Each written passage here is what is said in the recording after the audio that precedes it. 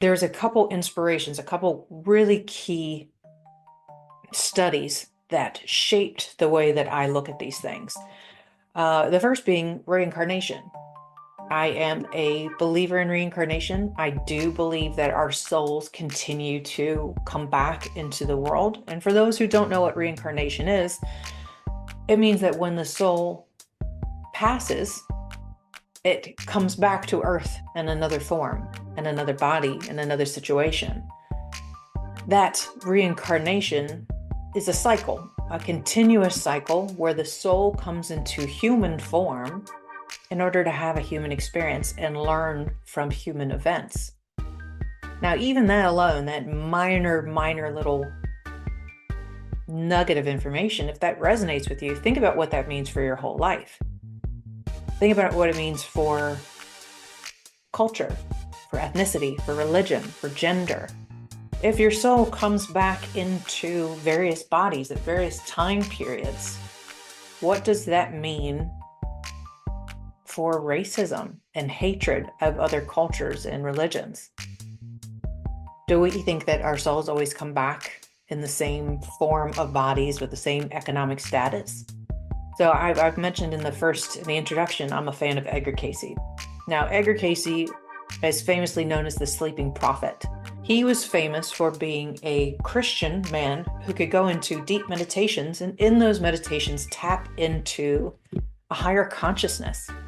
People were able to ask him questions when he was in a meditative state, and he could provide answers about their medical conditions, about the meaning of life, and about reincarnation.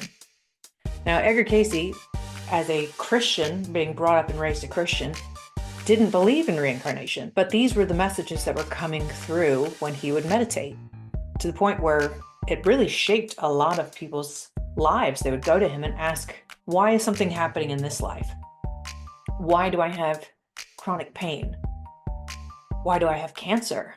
Why have I lost my loved one? Why have I lived in poverty? Why have I had to deal with these events? And often his answer was about a past life. In that past life, something happened that led to this life now having to go through this event. It's a fascinating concept, and that sounds so simple and is yet so much more complex than we could possibly fathom, because that's just the skin. That's just the tip of the iceberg.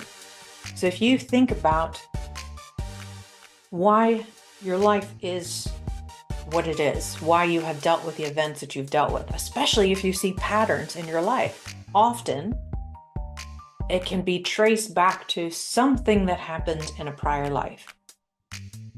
Some event that you did particularly well, particularly poorly, or evaded altogether. It could be any side of it, anywhere in between that scope. So think of one event that is happening in this world right now in your life and reframe it in that lens. I need to learn something specific here. What is the best way for me to learn that? And then you get this event. What could it possibly mean that you're having this experience in this lifetime at this moment? You are a magnificent soul having a human experience. So what is this experience teaching you? What opportunities have you built into your life to give your soul a chance to evolve?